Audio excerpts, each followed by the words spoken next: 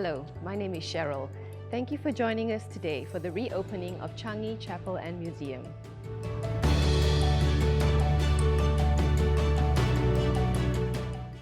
Changi Chapel and Museum was first opened in 2001 to tell the personal stories of prisoners of war and civilians during the Japanese occupation. It was closed 3 years ago for a revamp. Today, my colleagues and I from the National Museum of Singapore are excited to present its reopening. You will hear more about the museum from our curator and donors who have contributed to its revamp. To begin, we'd like to invite our guest of honour, Mr Edwin Tong, Minister for Culture, Community and Youth, share his opening remarks with you. Ms Yeo Chee-yen, Chair of the National Heritage Board, Mr Keith Chua, Chair of the National Museum of Singapore, Ms Chang Hui Ni, Chief Executive Officer of National Heritage Board, Your Excellencies, distinguished guests, ladies and gentlemen. It is my pleasure to be part of the virtual reopening of the Changi Chapel and Museum, or CCM. It has been 79 years since thousands of prisoners of war and civilians were marched to Changi prison camp to be imprisoned, following the British surrender of Singapore on 15 February 1942. This somber milestone in Singapore's World War II history marked the beginning of a 3.5-year Japanese occupation. It is episodes like these which anchor our history and heritage. Even though they may have taken place before the independence of Singapore, they are important reminders of this country's journey, and indeed an indelible part of our national identity. They also represent how far we have come as a nation. The reopening of the CCM is the latest demonstration of MCCY and NHB's commitment under our SG Heritage Plan to document, safeguard, and to celebrate our heritage, whilst ensuring that they remain relevant to our lives today.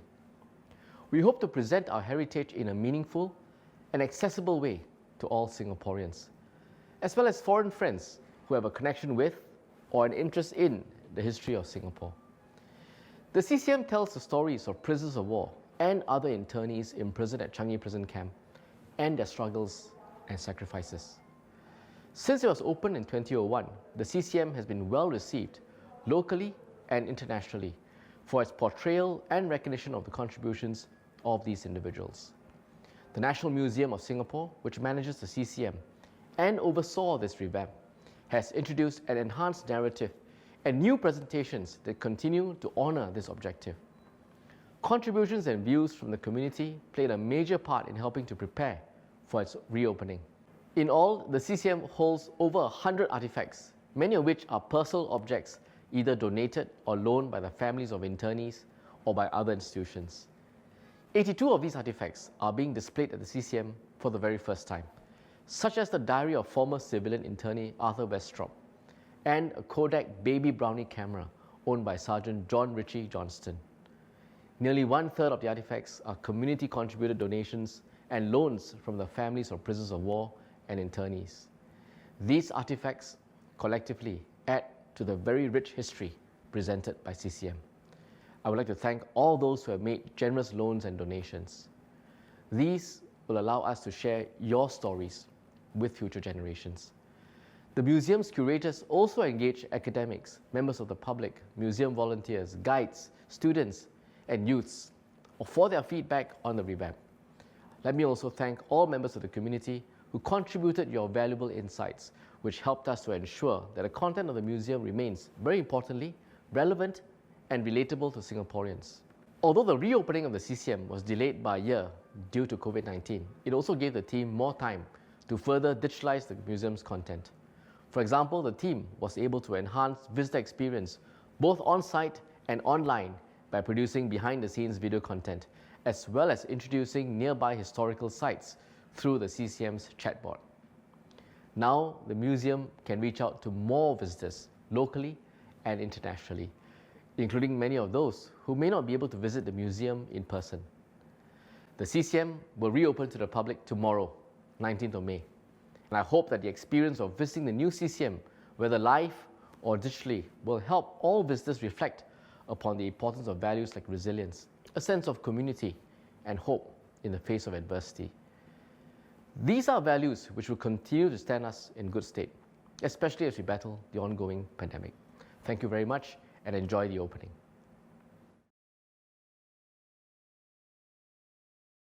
several years ago now, we were contacted by Rachel Eng to ask if she could meet with us so that she could have a look at the National Memorial Arboretum, the FIPO building that Co-FIPO has there. So we arranged to meet her on a very cold February morning, very frosty. And we showed her around the FIPO building, which I believe she and her friend, her colleague, Iskander, were very impressed with, and then asked if there were some artifacts that she'd made note of that they could borrow for the Changi Museum when it reopened. We then had to find out who the donors were and contact them to find out if they were willing for the artifacts to be shown and displayed in the museum in Singapore. And I have to say, each person we contacted was absolutely thrilled to know that their artifact was actually going to be shown in the Changi Museum. They were absolutely delighted, no hesitation whatsoever. We thought it was wonderful in the fact that you would get so many nations, you get so many visitors from all over the world going. And hopefully with collaboration between the National Singaporean Museum and the Changi Museum and Co-FIPO, we can make sure that the memory of the FIPOs never get forgotten, whether they be military FIPOs or civilian FIPOs. They all suffered horribly in their own way, as did the Singaporean people themselves. The licence that's been donated to the Changi Museum is of great value to us. It's one of the only things my father managed to keep with him throughout the conflict in the Far East and brought home with him. So it is of great value to us. With the licence, it's a case that it has been kept as a family heirloom for all these years and was a treasured memory for us. It is part of history. It is something that we value greatly, and we believe that it should be there for the world to see. My father was given it as he was part of the motor transport group at the fall of Singapore for the British Army, and the Japanese gave him the license so that he could transport supplies from the docks to wherever they were needed. But my father, being my father, he didn't like helping the Japanese at all, so he did everything in his power to discreetly try and slow the effort down. So he would put sand in the engine oil or the gearbox oil to try and seize the engines up and cause problems. Either that or he'd remove a minor part of the engine or the electrics as it was then, so it wouldn't start. Or if it did start, it wouldn't run for very long. So he did everything in his power to try and slow the Japanese down. I decided to donate the affidavit as it was of great historical significance in the story of World War II. I am incredibly happy to have the affidavit displayed, as it is an accurate account of the conditions experienced by the captives. We've all seen photographs of the prisoners at the end of the war, but the affidavit describes how those men suffered. The Changi Chapel Museum is a visual reminder of the horrors of war and suffering, not only of the soldiers, but of the citizens of Singapore. It is vital for everyone, including the future generations, to learn, understand, and remember these events in history. We must understand the effects that war imposes upon its participants and do everything we can to help afterwards. My father supported the integration of Japanese people when they were establishing a Radio Australia link for Japan, and they were frequent visitors to our home in Melbourne, Australia. He and my mother made several trips to Japan, finding the Japanese as a race to be kind, gentle, and respectful people who welcomed my parents into the inns where they stayed. We were taught to respect the people of all nations and recognize that terrible mistakes are made during war times and provide necessary lessons for future generations.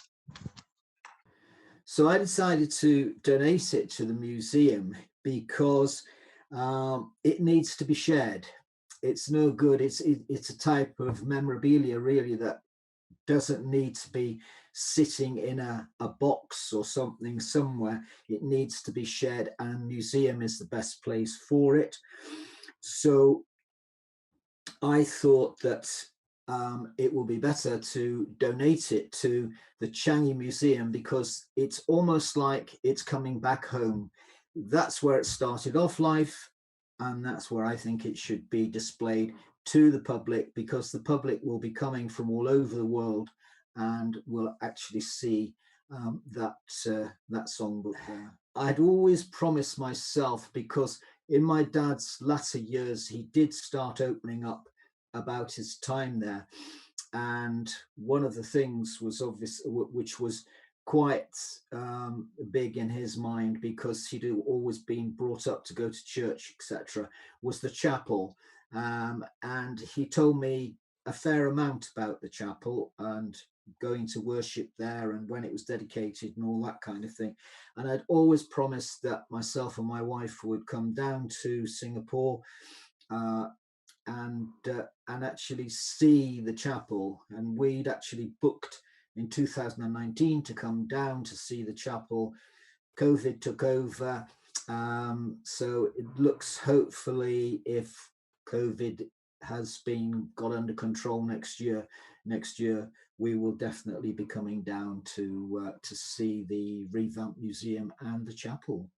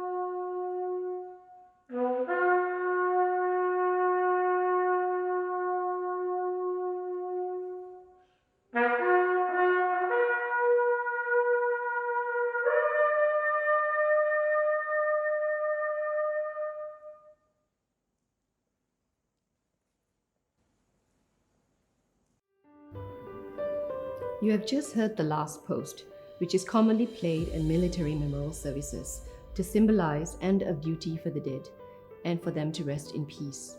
It is a mark of respect to the POWs and civilian internees at Changi Prison Camp. Now, let's join my colleague Rachel, one of the curators behind the museum's revamp, to show you around the space. We thank you for your time today, and we hope to see you soon at the museum.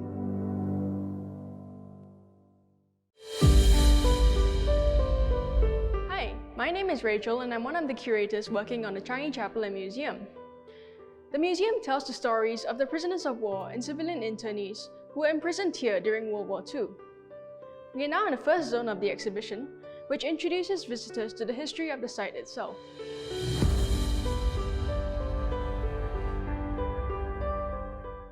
Originally, Changi was a relatively undeveloped area that was popular as a recreational retreat. This chromolithograph by Eugene von Ransonnet perfectly captures the peacefulness of Changi before its development in the 20th century. In December 1941, Japan invaded Malaya. Within 3 months, and despite fierce fighting down the Malay Peninsula, Singapore had surrendered. After the fall, thousands of POWs and civilian internees were marched towards Changi prison camp. They were only allowed to take whatever they could carry. This was to mark the start of 3.5 years of internment. The internees in Changi faced many difficulties, from overcrowding to a lack of basic necessities. Thousands of civilian internees, and then later thousands of POWs, were crammed into Changi prison, which had only been built for 600 people. This cell is a replica of one of the cells of Changi prison, and would usually sleep 4 internees, 1 on the concrete bed and 3 on the floor. Yet the internees never lost hope, and their spirit and tenacity can be seen in the tools they built, the songs they wrote, and the art they created.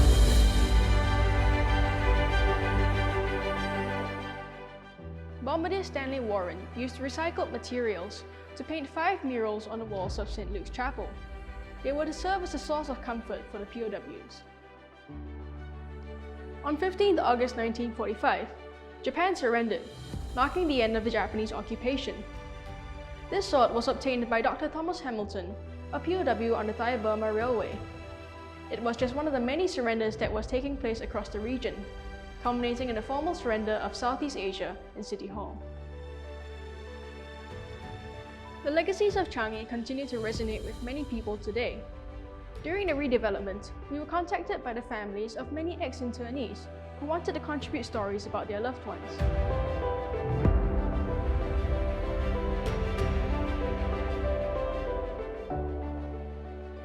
We hope that the Changi Chapel Museum will be able to continue sharing these stories with you in time to come.